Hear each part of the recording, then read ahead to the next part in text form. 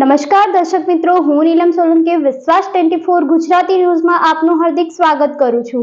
હવે નિહાળો આજના મુખ્ય સમાચાર। આજરોજ શ્રી શાગ્રોષણા કેળવણી મંડળ સંચાલિત શ્રી ટીડી શાહ વિદ્યાલય શાગ્રોષણામાં એશિયન સ્ટાર કંપની મુંબઈ દ્વારા શાળાના ટ્રસ્ટી શ્રી વિપુલભાઈ શાહ, રાહિલભાઈ શાહ અને દીપેશભાઈ શાહ તરફથી શાળાના સંચાલક મંડળ દ્વારા પ્રમુખ શ્રી ડોક્ટર ગણેશભાઈ પટેલ, મંત્રી શ્રી ડીએમ પટેલ અને કારોબારી સભ્ય શ્રી તથા ડેલિગેટ શ્રી જયેશભાઈ એન ડેલ દ્વારા શાળાના બાળકોને ચોપડા અને ગણવેશ વિતરણ તથા વૃક્ષારોપણનું આયોજન કરવામાં આવ્યું હતું। તેની સાથે ગામના જ વતની એવા શ્રી વિજયભાઈ કે ઝુંડાળ દ્વારા શાળાના બાળકોને મફત પાઠ્યપુસ્તક પણ પૂરા પાડવામાં આવ્યા હતા। કાર્યક્રમને સફળ બનાવવા શાળાના આચાર્ય શ્રી તથા સ્ટાફગણના ઉત્કૃષ્ટ પ્રયત્નો થકી કાર્યક્રમ સફળ નીવડ્યો હતો, જેનો શાળાના સંચાલક મંડળ, આચાર્ય શ્રી તેમજ સ્ટાફગણે વાલીઓનો તેમજ વિદ્યાર્થીઓનો આભાર માન્યો હતો। બ્યુરો રિપોર્ટ મુકેશભાઈ પાલનપુર।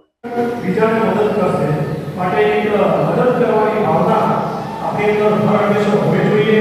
શિક્ષણની સાથે સાથે ખૂબ સંસ્કાર પણ અત્યારે ઘડતર થાય એ માટે તમામ વાલીઓએ પણ ખૂબ જાગૃત રહેવું પડશે। સમયમાં શિક્ષણ સારી બાબત છે, પણ શિક્ષણની સાથે સાથે કેમ આપણા વિદ્યાર્થી ભાઈઓ તથા બહેનોમાં કોઈ ખરાબ અસર ના આવે એની જવાબદારી પણ આપણે વાલીઓએ નિભાવવાની હોય છે।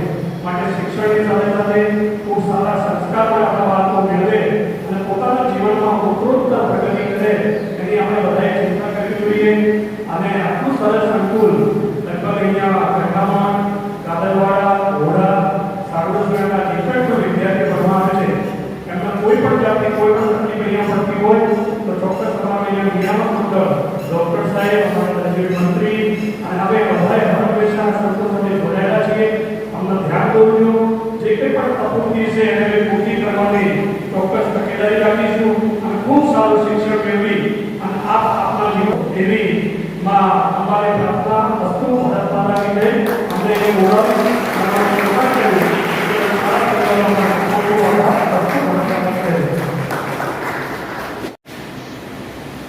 સંચાલક મંડળ અને દાતાશ્રીઓ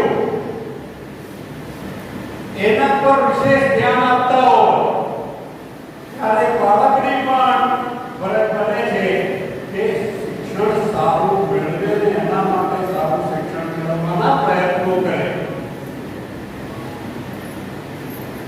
આપણા દાતાશ્રી બાલચંદ્રભાઈ શેઠના પરિવારના લોકો, અરવિંદભાઈ, વિપુલભાઈ, એમને જ્યારે જ્યારે આપણે એર નાખી છે ત્યારે આ દાતાઓએ જેમ જયેશભાઈએ કહ્યું ત્યારે